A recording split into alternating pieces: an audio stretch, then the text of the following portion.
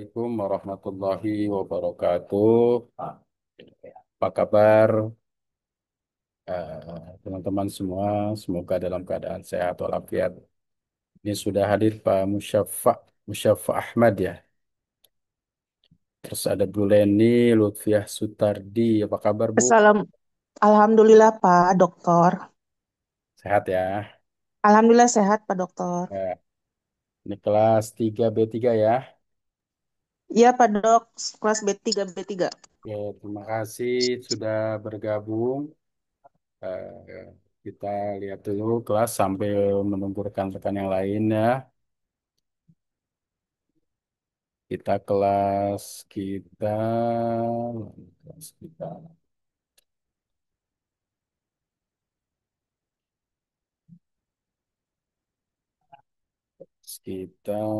pada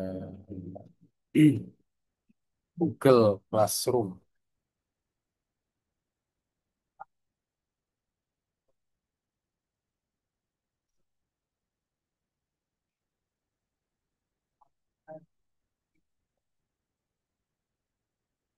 4 ya. 4, betul.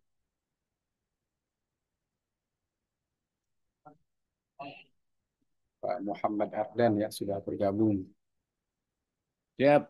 Makasih Pak Dokter. Pak, sehat Pak? Alhamdulillah. Alhamdulillah. Ini kelas kita 3B3.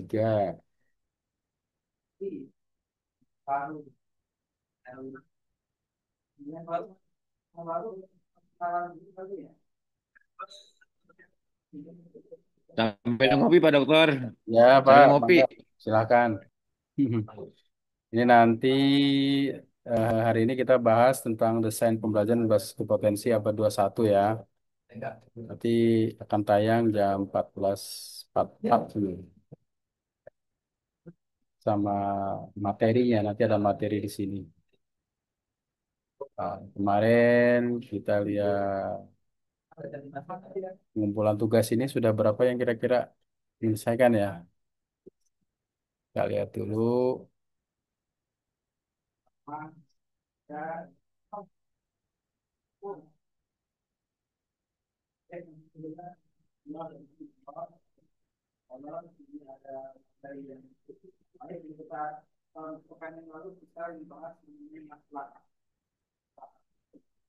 Masih muter ya.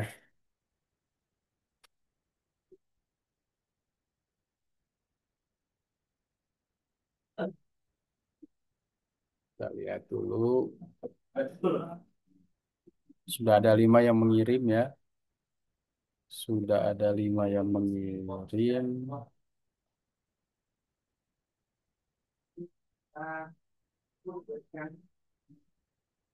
Ya, sudah ada 5 ya. Nanti rekan-rekan yang lain yang belum itu bisa mengirimkan ya. Jadi kita UTS dan UAS hanya berbentuk tugas ini saja. 3B3 ini baru satu ya. Baru satu namanya Rohaya Romli. Ada nggak Rohaya 3B3? Kita lihat lampirannya.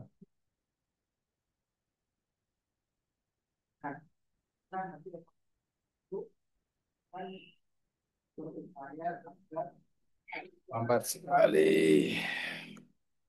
Nah, ini sudah kelihatan.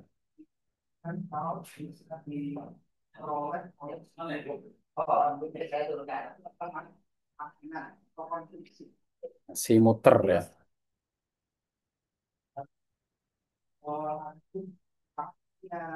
Kita baru berempat ya. Oh, ini ada mini reshoot ya.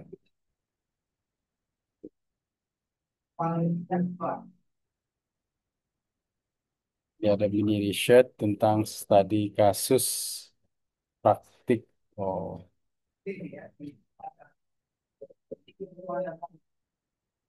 praktik inovasi pendidikan agama Islam di SMP Rodotul Nikmah.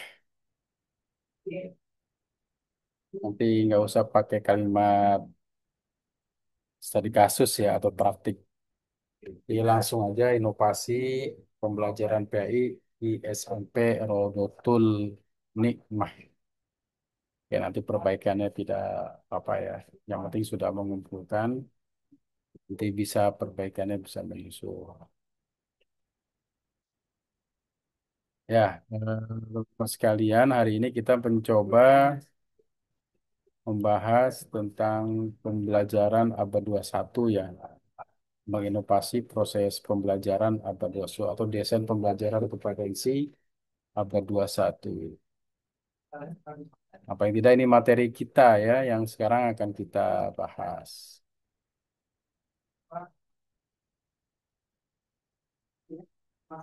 Ya, kita baru ini tadi bertiga, berempat dengan saya, sekarang kita berdua lagi, bertiga. Jadi saya lanjutkan saja dulu ya materinya. Teman-teman semua nanti kalau ada hal-hal yang ditanyakan, ditanyakan saja karena kita membahas tentang desain pembelajaran berbasis kompetensi dan kebutuhan abad 21. Ya, jadi kalau kita ingin mendesain sebuah kurikulum, tentunya kita harus memahami dulu apa yang terkait dengan kebutuhan. Kebutuhan siapa? Ya, kebutuhan yang menjadi objek dari proses pembelajaran, yaitu siswa, bisa juga lingkungan, bisa juga orang tua, dan lainnya yang terkait dengan hal-hal yang diperlukan dalam pembelajaran.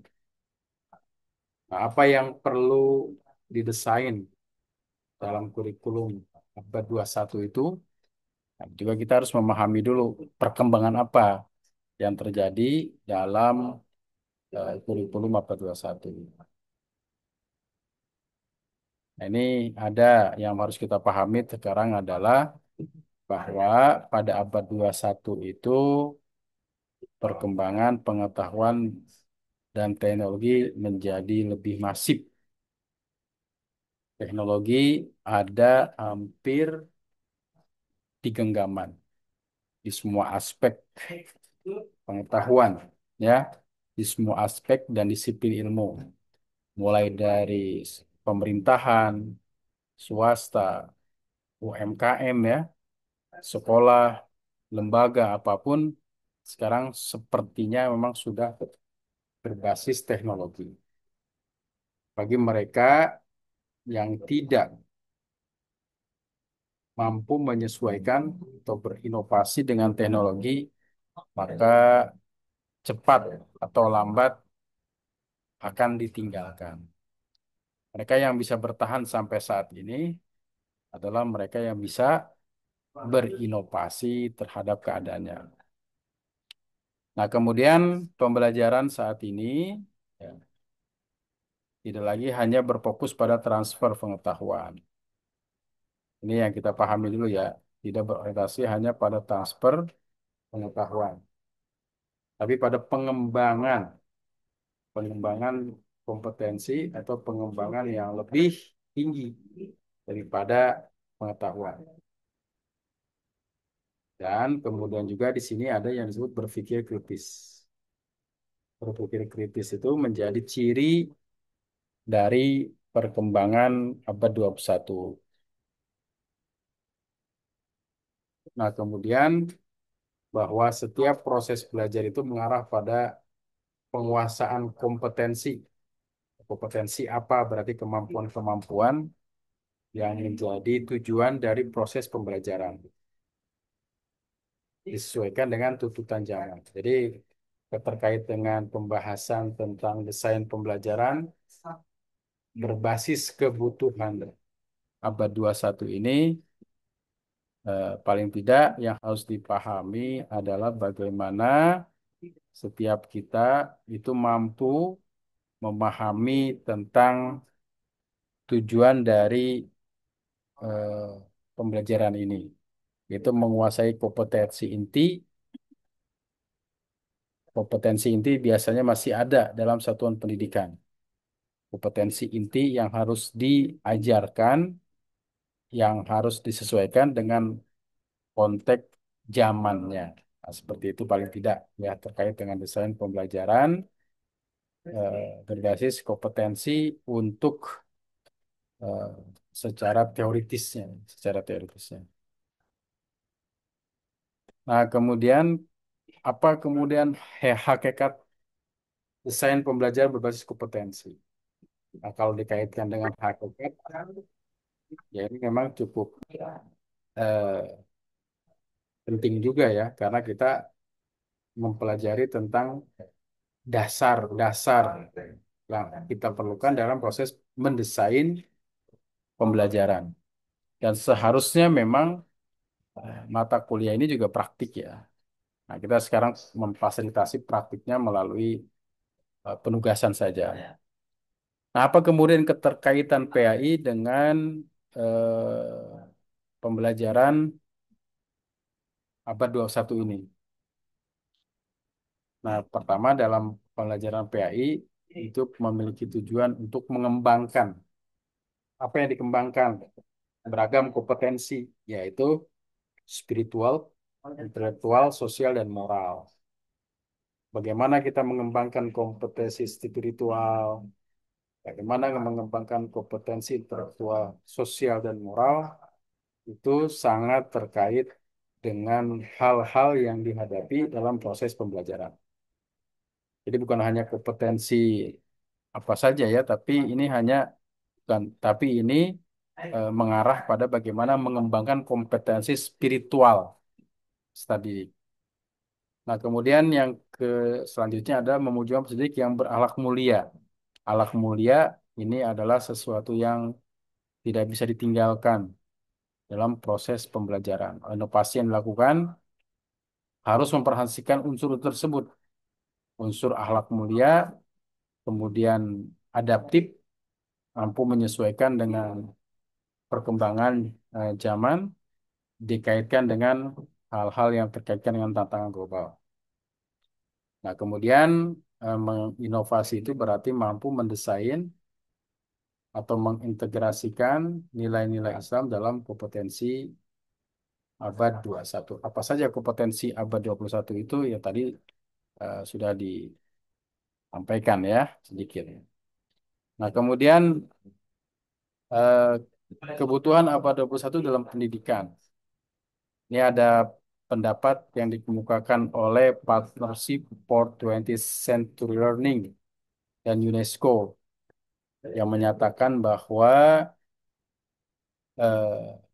kebutuhan abad 21 itu ada 4 pilar utama yang harus disikapi, yang harus dikenalkan kepada peserta didik. Ini pembelajaran yang berbeda dari proses pembelajaran sebelumnya. Di mana pembelajaran sebelumnya hanya berorientasi pada hafal gitu ya. Tapi di abad 21 itu ada tambahannya. Pertama adalah eh, terkait dengan kemampuan untuk berpikir kritis atau analitis, critical thinking. Ya, berpikir analitis ini, critical thinking ini harus disertai dengan kemampuan untuk menyelesaikan masalah. Critical thinking berarti bertanya dengan mengkritik, eh, kemampuan berpikir yang memecahkan masalah. Masalah itu untuk diselesaikan berarti harus dulu memahami tahapan-tahapan yang diperlukan untuk memahami masalah tersebut. Karena diagnosa kita ibaratkan ya seperti penyakit ya. Kalau ada seorang berobat ke dokter, pasti akan ditanya dan jawabannya itu adalah menunjukkan masalahnya. Sehingga nanti akan mengarah kepada apa yang harus dilakukan untuk menangani orang dengan keluhan-keluhan tertentu. Tapi kalau critical thinking yang di sini adalah kemampuan berpikir analitis dan memecahkan masalah merupakan kemampuan tambahan ya dalam abad 21. Bukan hanya eh, berkritis dalam pengertian bertanya, tetapi juga menganalisis dan memecahkan problem atau masalah-masalah penelitian. Nah, kemudian yang kedua yang menjadi ciri kebutuhan abad 21 adalah creativity. Creativity itu juga disebut juga kreativitas. Ya. Kreativitas itu bisa berangkat dari ide, dari gagasan, dari sesuatu yang sudah ada untuk dikembangkan nilai fungsinya. Itu namanya creativity. Dalam proses pembelajaran, tentunya kita sudah memahami betul apa itu kurikulum ya, kompetensi inti, kompetensi dasar, ataupun istilah lain yang digunakan oleh seorang guru untuk menyampaikan proses pembelajaran. Nah, kreatif ini berarti kemampuan untuk menambah, melakukan model-model tertentu sehingga menumbuhkan kreativitas dalam menghasilkan ide baru. Ide baru itu pasti diawali oleh kemunculan ide-ide sebelumnya. Nah, kemudian salah satu kritikal yang harus dipahami juga sebagai kebutuhan apa satu adalah kemampuan untuk berkomunikasi, communication. Nah, kemampuan berkomunikasi ini menjadi kemampuan yang penting di abad 21. Bagaimana seorang mampu berkomunikasi dengan baik. Berkomunikasi itu bukan hanya dari orang ke orang, tapi juga dari kelompok orang ke komunitas tertentu. Atau dari komunitas tertentu ke komunitas yang lain. Itu adalah kemampuan berkomunikasi yang perlu ditegaskan. Kemudian yang keempat itu adalah collaboration, kemampuan bekerja sama dalam tim. Nah, kerjasama ini menjadi bagian yang penting dalam abad 21. Karena itu penting bagi lembaga, sekolah atau apapun memiliki kolaborasi dengan lembaga atau sekolah lain dengan dasar biasanya saling kepercayaan dan saling menumbuhkan pengakuan satu sama lain. Ya, itu bisa juga dikerjasama ya terkait dengan kolaborasi. Dan kadang jangan menganggap berkolaborasi itu adalah ancaman ya. Ketika ada sesuatu yang lain yang lebih maju, itu bukan berarti ancaman. Tapi bagaimana kita membuka peluang untuk bisa berkolaborasi dan bahasanya bersama-sama ya, bersama-sama untuk mampu melakukan kecerdasan-kecerdasan di abad 21 ini. Nah, kemudian yang keempat, ini ada banyak pandangan para ahli terhadap eh, perkembangan inovasi. Yang kedua, pandangan yang telah Robert Gates yang menyatakan bahwa pembelajaran efektif terjadi jika dirancang berdasarkan kondisi internal, eksternal yang mendukung proses berpikir. Ada juga Anderson ya eh, menyatakan bahwa revisi ada taksonomi Bloom ya. Nah, ini teman-teman juga harus paham ya apa itu taksonomi Bloom yang kemudian diwujudkan dalam bentuk kompetensi inti ya, misalkan mampu mengembangkan, mengkolaborasikan. Itu kalimat-kalimat kerja yang perlu kita pahami dalam proses pembelajaran. Nah, banyak ya teori-teori para ahli yang mengaitkan dengan desain pembelajaran. Nah, kemudian di sini yang terkait dengan proses pembelajaran ya berbasis kompetensi itu bisa berfungsi atau bisa menggunakan metode-metode seperti student centered learning. pembelajaran subjek aktif berpusat pada pembelajaran ya aktif. Kemudian yang kedua performance based, fokus pada unjuk kerja nyata. Jadi kompetensi, keterampilan-keterampilan yang berbasis dengan pembelajaran kompetensi ini hal yang dilakukan adalah pertama menjadi subjek ya. Jadi siswa itu menjadi subjek aktif, subjek aktif. Performance itu bisa melakukan unjuk kerja. Nah, unjuk kerja itu dalam taksonomi Bloom itu juga termasuk mengcreate, membuat ya. Kemudian yang ketiga ada integratif, menggabungkan aspek kognitif, afektif, dan psikomotorik. Kemudian yang keempat, adaptif, ya, menyesuaikan dengan perubahan teknologi dan kebutuhan zaman. Kemudian yang kelima itu ada nilai Islam. Nah, nilai Islam itu penting karena proses pembelajaran ataupun inovasi yang dilakukan itu harus didasarkan atas eh, Islam ya, berlandaskan Islam, iman-iman Islam dan ihsan. Nah, ini harus dilakukan. Nah, kemudian yang ke langkah-langkah mendesain sebuah proses pembelajaran itu pertama bisa menganalisis kebutuhan, ada perumusan tujuan pembelajaran, ada pemilihan strategi media pembelajaran, ada implementasi dan evaluasi. Analisis kebutuhan berarti kita harus memiliki kemampuan sebelum menganalisis dengan beberapa pertanyaan apa yang dibutuhkan oleh siswa. Nah, itu paling analisisnya. Siswa itu perlu apa? Nah, ini harus disambungkan dengan keperluan atau kebutuhan yang ada di kurikulum. Ya, di kurikulum itu kan standar minimal, tapi lebihnya itu kewenangan pada satuan pendidikan. Nah, langkah-langkah mendesain pembelajaran berbasis kompetensi untuk menginovasi ya. Untuk menginovasi pembelajaran itu pertama adalah analisis kebutuhan. Yang kedua adalah perumusan tujuan pembelajaran. Tujuan pembelajaran itu biasanya dirumuskan dengan kata kerja operasional untuk menjelaskan, menerapkan, menganalisis itu bahasa tujuan pembelajaran. Yang ketiga, pemilihan strategi dan metode pembelajaran.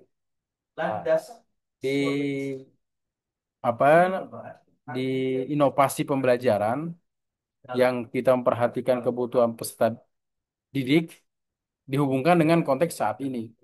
Di mana saat ini teknologi menjadi bagian yang tidak terpisah dari proses inovasi. Karena itu kita menggunakan hal-hal yang terkait dengan inovasi tersebut ya. Bisa menggunakan Google Classroom, bisa menggunakan yang lain ya, dengan menggunakan strategi dalam dalam pemilihan strategi dan media pembelajaran.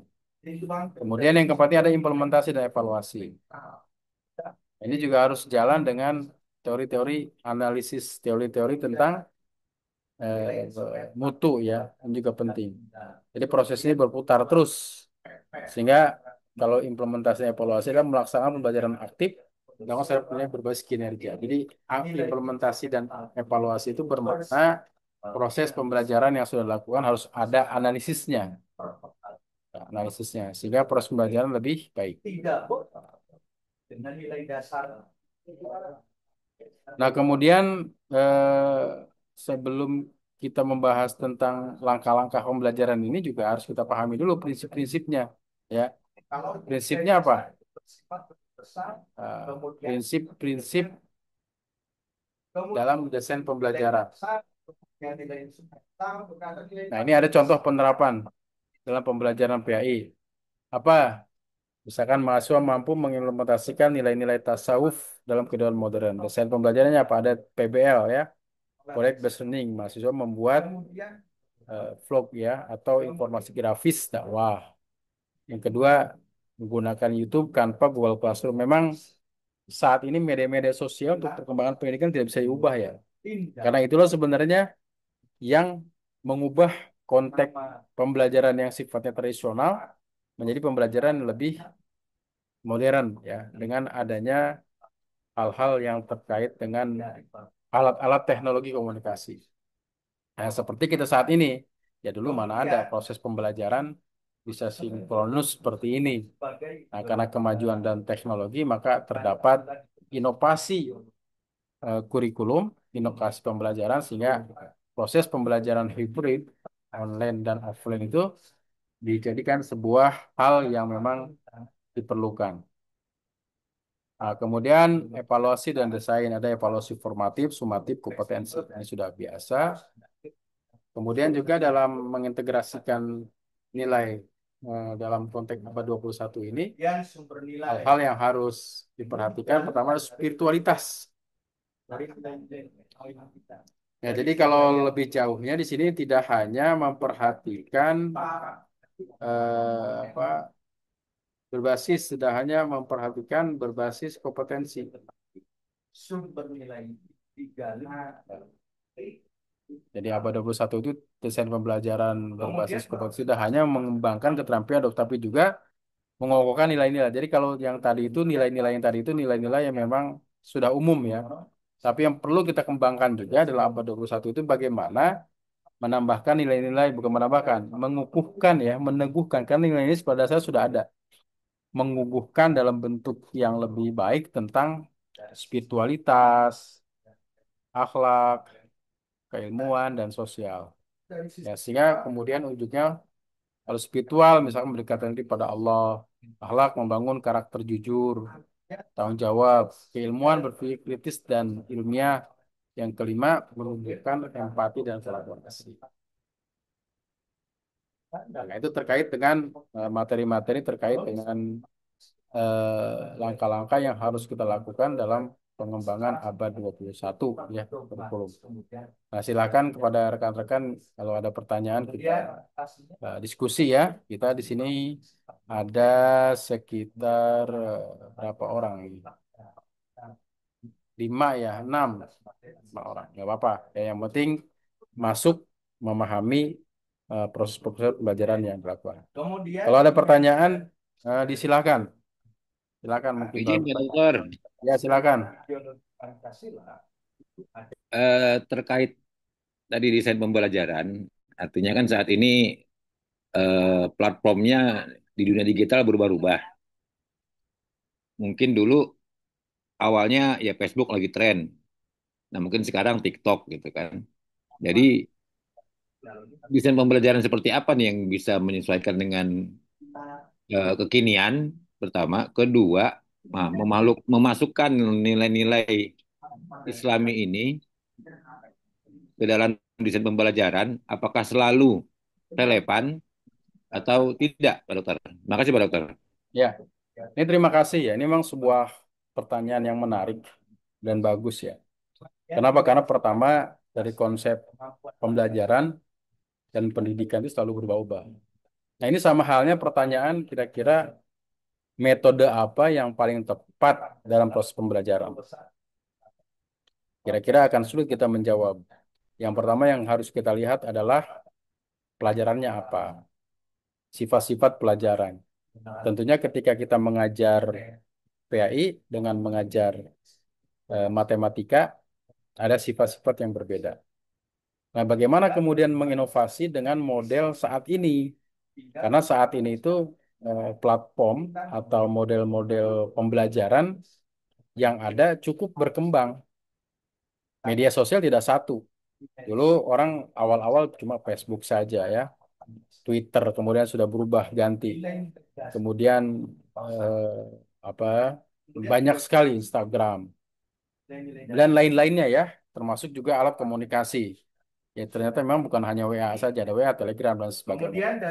Nah, kemudian ini bisa kita eh, telusuri ya, yang kuat, yang bertahan itu ternyata yang mampu dipahami oleh masyarakat secara umum ya. Jadi apapun sekarang ini yang bisa bertahan adalah yang bisa digunakan oleh masyarakat secara umum. Bisa dilihat dari segi praktisnya, efektifnya, dan lainnya. Nah, itulah sebenarnya inovasi. Nah, artinya setiap bulan setiap minggu terkadang ada update, ya update terkait dengan aplikasi-aplikasi yang kita gunakan. Tujuannya apa? Update itu berarti menyesuaikan dengan konteks saat ini. Nah, walaupun terdapat plus dan minus, itu tetap dilakukan, ya. Aplikasi apapun biasanya ada update, ya. Karena mereka tidak mau ketinggalan dari yang lain. Nah, terkait bagaimana kita menginovasi pembelajaran dengan model seperti ini, maka kita memiliki kemampuan untuk menganalisis. Yang pertama, kita menganalisis pelajaran apa yang akan kita sampaikan, atau hal apa saja yang harus kita inovasi. Apakah subjek pembelajarannya, apakah lembaganya, ataukah orangnya. Nah, karena setelah itu kita harus juga mencari apa yang tujuannya. Tujuannya apa sih kita melakukan inovasi ini, punya tujuan apa? Apakah lebih praktis ataukah sebaliknya? Nah, kalau tidak praktis ya maka nanti akan ditinggalkan. Nah, karena itu sebenarnya ketika kita menginovasi sebuah pembelajaran, sebuah objek, ya, itu kita harus menyesuaikan. Nggak mungkin sekaligus, termasuk juga platform-platform yang terkait dengan media-media pembelajaran. Ya, media pembelajaran saat ini kan sudah bergeser, ya. Mungkin dalam beberapa waktu ke depan sekolah-sekolah ini sudah mendapat kiriman, ya, katanya papan tulis yang interaktif gitu, ya. Ya, mudah-mudahan saja itu benar. Nah, kalau sudah pakai itu, maka gaya belajarnya akan berubah lagi. Dan itu memang sebuah keniscayaan. Karena proses pembelajaran itu selalu mengikuti perkembangan inovasi. Dalam kehidupan sosial masyarakat juga ada inovasi, ya. Artinya begini, ketika sekarang kan kita sering ditontonkan, ya, pada problem-problem masalah-masalah sekolah. Ya, misalnya kalau dulu kan menegur siswa itu biasa saja. Sekarang menegur siswa, ya, padahal siswa itu melanggar, kemudian diupload dalam media sosial, semua orang tahu, yang kemudian menimbulkan masalah, gitu, ya. Padahal di situ ada aturan yang menyatakan, misalkan kalau kepala sekolah atau guru ya berhak untuk menegur siswa yang melanggar, kan, misalkan. Nah, maka kemudian terkait dengan pertanyaan tadi, inovasinya yang mana nih, gitu. Maka kita harus tentukan dulu. Apapun yang kita gunakan, maka inovasi itu adalah memiliki latar belakang dari sesuatu yang sudah ada untuk dikembangkan, ditambahkan, bahkan dikurangi sesuai kebutuhan. Namun fungsi utama inovasi adalah menyampaikan pesan-pesan dalam proses pembelajaran itu sehingga pesannya tersampaikan. Nah, gitu paling tidak, ya, Pak. Mungkin ada lain, ada diskusi, silakan.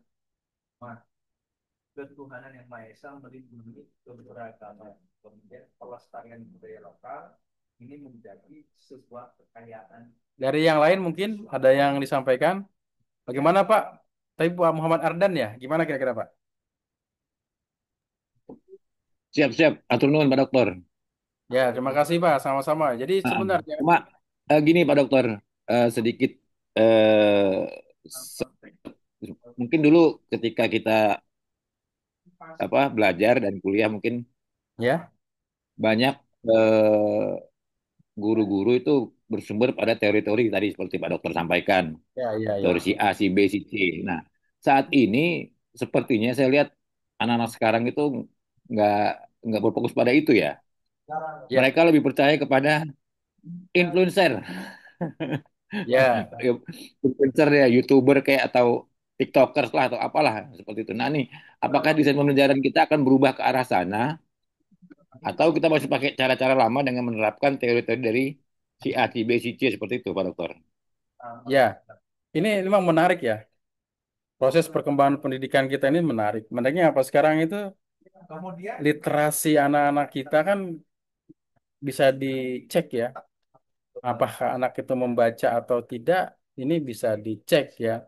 Saya eh, sering menemukan ketika di kelas itu, mereka itu baru buka ketika kita belajar.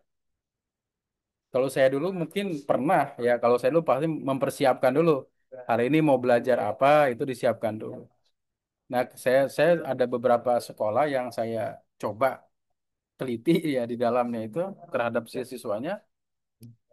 Stasiun pendidikan saya itu mereka ini pertama tidurnya sangat larut malam. Yang kedua, proses pembelajaran di sekolah itu mereka sudah dalam kondisi lelah, walaupun tidur tapi tidak maksimal. Kondisi lelah. Terus kemudian literasinya juga kurang. Literasi membaca kurang. Kemudian buku mereka yang ditugaskan oleh guru berbentuk lembar kerja siswa ya, LKS, rangkuman materi yang dibuat oleh sebuah seseorang gitu ya, kemudian yang dijualkan kepada siswa. Nah, kemudian kita cek buku itu kan tidak menarik. Buku SMP, SMA, kalau yang namanya LKS itu menurut saya tidak menarik. Kenapa tidak menarik? Paling dua warna, hitam dan putih saja. Gambarnya juga kadang nggak jelas, karena menggunakan kertas seperti kertas koran. Nah, ini kan banyak sisi-sisi sebenarnya yang harus diinovasi. Dari segi be- referensi untuk membacanya nggak menarik. Kalau kita mau menginovasi, bagaimana menarik gitu. Kemudian itu berpengaruh juga dalam kehidupan anak-anak saat ini. Literasinya sangat apa namanya minim kalau menurut saya yang saya temukan. Tapi mungkin di beberapa satuan pendidikan atau sekolah itu ya tinggi lah daya bacanya ya, tergantung kondisinya. Nah, kemudian sekolah bisa nggak punya upaya untuk anak itu literasinya kuat. Itu kan sebuah inovasi juga. Jadi kalau kaitan dengan teori-teori itu, anak itu ya susah memang karena literasi teori itu. Seperti mata kuliah kita ini teorinya literasi, tapi kalau kita pertemuannya offline itu sebenarnya harusnya praktek ya. Praktek bagaimana menginovasi yang kita lihat dalam fenomena yang ada saat ini. Saat ini kan lembaga pendidikan juga mungkin eh, dalam tanda kutip ini terseok-seok ya. Bagaimana mereka untuk menunjukkan jati dirinya. Nah, karena itu terkait dengan pertanyaan yang tadi, apakah ke arah mana? Ya, sangat sulit diprediksi ya. Karena sekarang setiap lembaga, bahkan orang sudah menyebutnya sekarang perubahan itu begitu cepat, termasuk juga di perguruan tinggi. Jadi perubahan-perubahan di perguruan tinggi cukup cepat. Namanya turbulensi kebijakan. Nah, tiba-tiba kebijakan yang lama belum dipahami, sudah muncul kebijakan baru. Kurikulum yang ini belum dipahami, sudah muncul kurikulum baru. Istilah-istilahnya menggunakan istilah-istilah yang terlihat baru, tapi sebenarnya muka lama kan juga bisa begitu. Pembiasaan, kebiasaan, kurikulum cinta gitu kan, deep learning, pelajar Pancasila dan seterusnya. Itu pada dasarnya nilai-nilai yang sudah ada, cuma mungkin diinovasi kali ya bahasa kitanya, diperbaiki menjadi kemudian diakui oleh pemerintah, dijadikan sebuah program. Nah, karena itu ya eh, apakah mungkin sekarang model gayanya podcast ya itu juga bisa sebenarnya. Ya, kita ada beberapa siswa yang punya minat yang sama, kita libatkan dalam wawancara, dalam apapun. Nah, itu juga sangat penting. Nah, karena itu menginovasi itu tergantung dari apa tujuan yang kita lakukan. Karena kalau tujuannya untuk apa namanya mengubah ya pembelajaran menjadi efektif dan efisien, ya tentunya ini harus menjadi sebuah hal yang diutamakan di sekolah. Dan ingat ya, kalau sekolah saat ini kan dari segi finansial menurut saya dibanding dengan 10 atau 20 tahun yang lalu, dia cukup berbeda. Kemampuan-kemampuan sekolah sepertinya memang lebih dibanding dengan yang dahulu. Tapi kemudian eh, apakah etos kerja, semangat kerjanya itu meningkat? Nah, ini juga bisa di apa namanya diteliti ya. Nah, misalkan pendanaan sekarang udah ada bos. Walaupun mungkin dalam praktiknya banyak problem-problem. Nah, sepanjang problemnya tidak terselesaikan, ya sulit ya. Bahkan ada beban baru lagi kan tentang makan bergizi gratis gitu ya, yang menggunakan instansi yang lain dilakukan di dinas pendidikan. Nah, ini kan jadi pendidikan kita saat ini memang sangat mudah dipolitisasi dan sangat mudah ditarik-tarik. Ya. ke dalam berbagai macam kepentingan. Nah, karena itu ketika menginovasi ya kita harus punya tujuannya dulu menginovasinya apa dan disesuaikan dengan konteks saat ini ya. Ya kita jangankan pendidikan ya. Nah, kalau kita bandingkan misalkan dengan model model mobil. Mobil itu kan dari dahulu sampai sekarang prinsip utamanya yaitu ya rodanya empat gitu kan. Ada menggunakan setirnya itu yang umum lazimnya. Tapi sejak dulu sampai sekarang namanya mobil itu ya sama. Cuma kan diinovasi. Ada yang diinovasi dari bahan bakarnya, ada yang menginovasi dari kenyamanannya, ada yang menginovasi dari fungsinya, ada menginovasi dari apa namanya kebutuhannya apa. Nah, sehingga muncullah model-model yang beragam dan bisa bertahan sampai saat ini. Yang tidak bisa bertahan adalah mereka yang tidak bisa berinovasi. Yang tidak berinovasi akan ketinggalan. Nah, karena itu pentingnya di dalam dunia pendidikan juga berinovasi, termasuk juga lembaga-lembaga pendidikan, baik itu lembaga pendidikan madrasah, sekolah, maupun pesantren ya, yang sekarang mungkin sedang disorot ya, ya disorot, walaupun mungkin nanti ada dirjen khusus pesantren sedang disorot. Dan ini biasanya memang menimbulkan dampak negatif dan positif ya. Salah satu positifnya misalkan ya adanya kebijakan-kebijakan yang walaupun sampai saat ini masih dalam rumusan. Nah, jadi pesantren yang bisa bertahan, yang bisa berinovasi. Inovasi di mana? Ya di mana saja dari beragam sisinya, baik dari bangunannya, kemudian dari subjek-objeknya, dari materi pembelajarannya dan segala macamnya. Nah, itu yang memang harus kita perhatikan. Karena sekolah atau madrasah atau lembaga yang berinovasi adalah lembaga yang memang eh, yang bertahan itu yang bisa berinovasi sesuai dengan konteks zamannya dan menyesuaikan dengan konteks zamannya itu adalah sejalan dengan pendidikan Islam. Nah, karena itu ketika kita mengajar ya, yang model saat ini yang disukai anak apa sih gitu kan? Dia sering main TikTok, bisa nggak kita berinovasi pembelajaran PAI sejarah berbasis TikTok? Jadi bisa saja. Yang penting nilai-nilai itunya, nilai-nilai utamanya muncul, ya. Nilai utamanya hadir.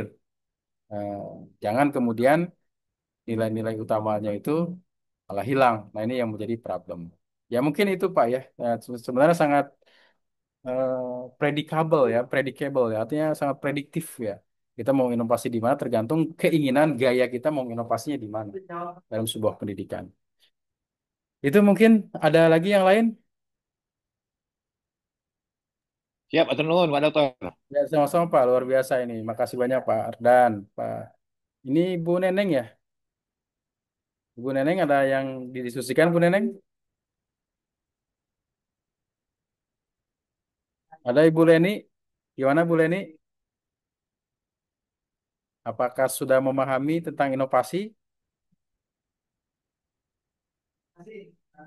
Izin Pak, Oh iya, dokter silakan. banyak. Pak Yanggi ya? Pak Siap Yanggi. Bapak, Ya, mangga, ini mangga. hanya perlu kesah aja Pak ya, pengen bertanya sama Pak Dokter. Oh, silakan, silakan. Ya. Menurut pandangan Pak Dokter, dampak dari perubahan atau pergantian menteri ya, khususnya Menteri Pendidikan, maka berganti pula program-programnya. Salah satunya mungkin PKBM yang terus berganti-ganti Pak ya. Hal ini Ya, mengakibatkan tidak adanya apa ya dasar atau patokan lah Pak yang terus-terus berubah seperti ini Maya. ya, Sehingga program-program ini terus berubah sebagai pengajar maupun siswa-siswi menjadi apa ya menjadi terkena dampaknya mungkin salah satunya Pak ya. ya, Menurut pendapat Bapak kira-kira pemerintah ini harusnya seperti apa gitu Pak dan terus kayak gimana gitu Pak ya. ya. Terima kasih Pak. Wah, ini luar biasa nih ya. Kita harus menginovasi dari sisi kebijakan.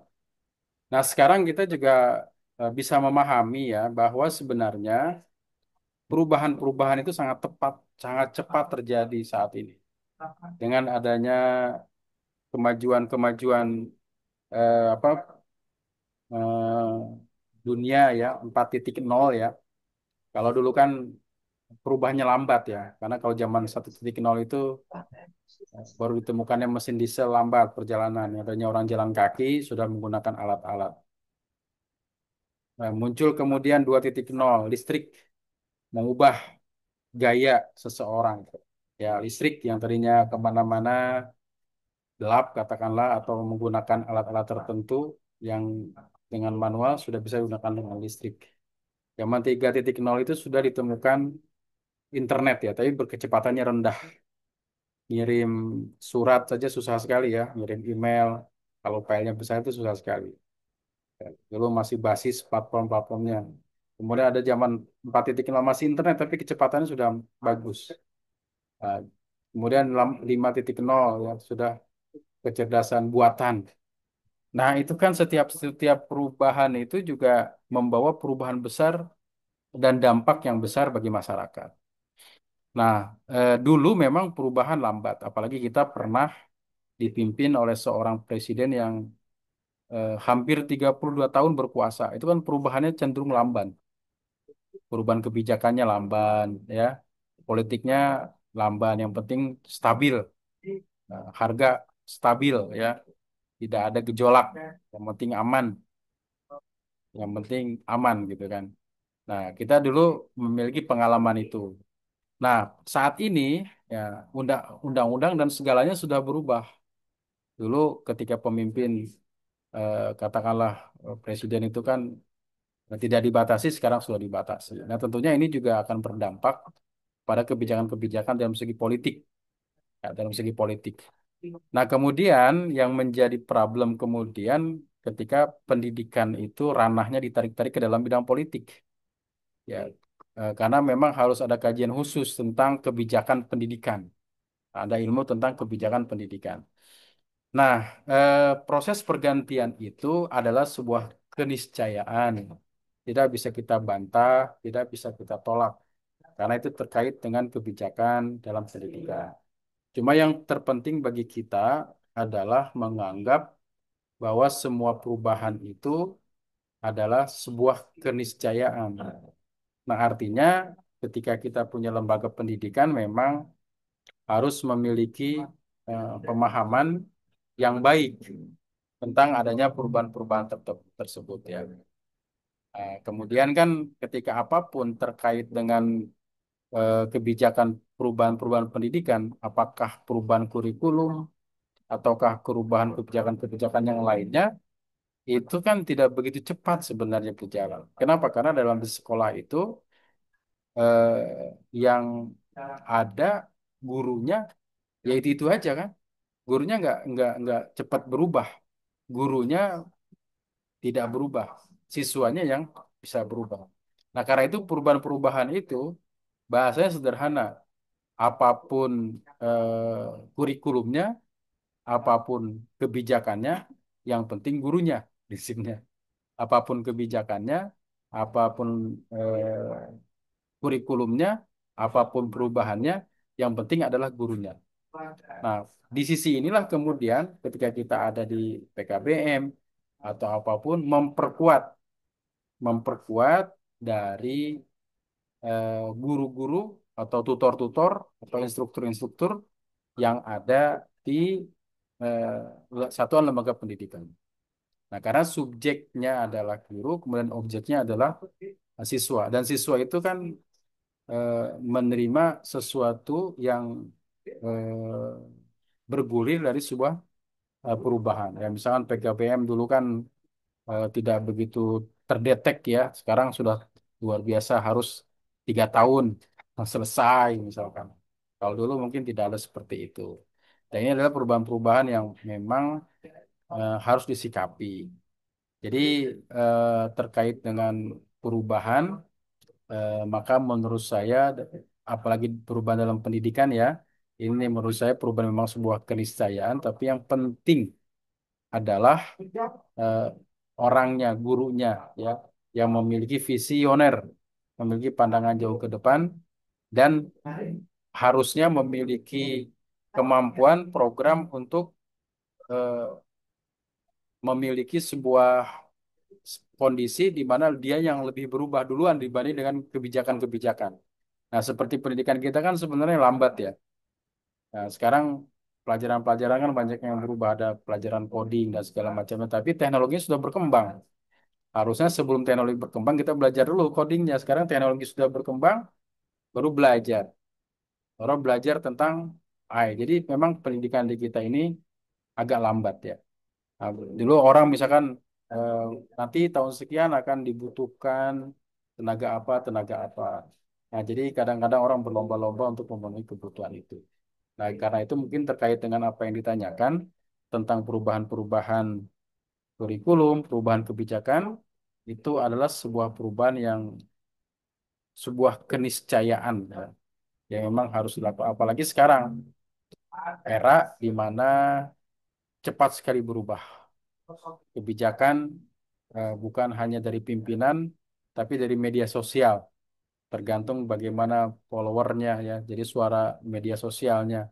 Dan karena itu sangat berpengaruh, ini mempengaruhi juga kebijakan ini luar biasa kan. Seorang guru yang sudah berada posisi yang benar misalkan bisa salah karena media.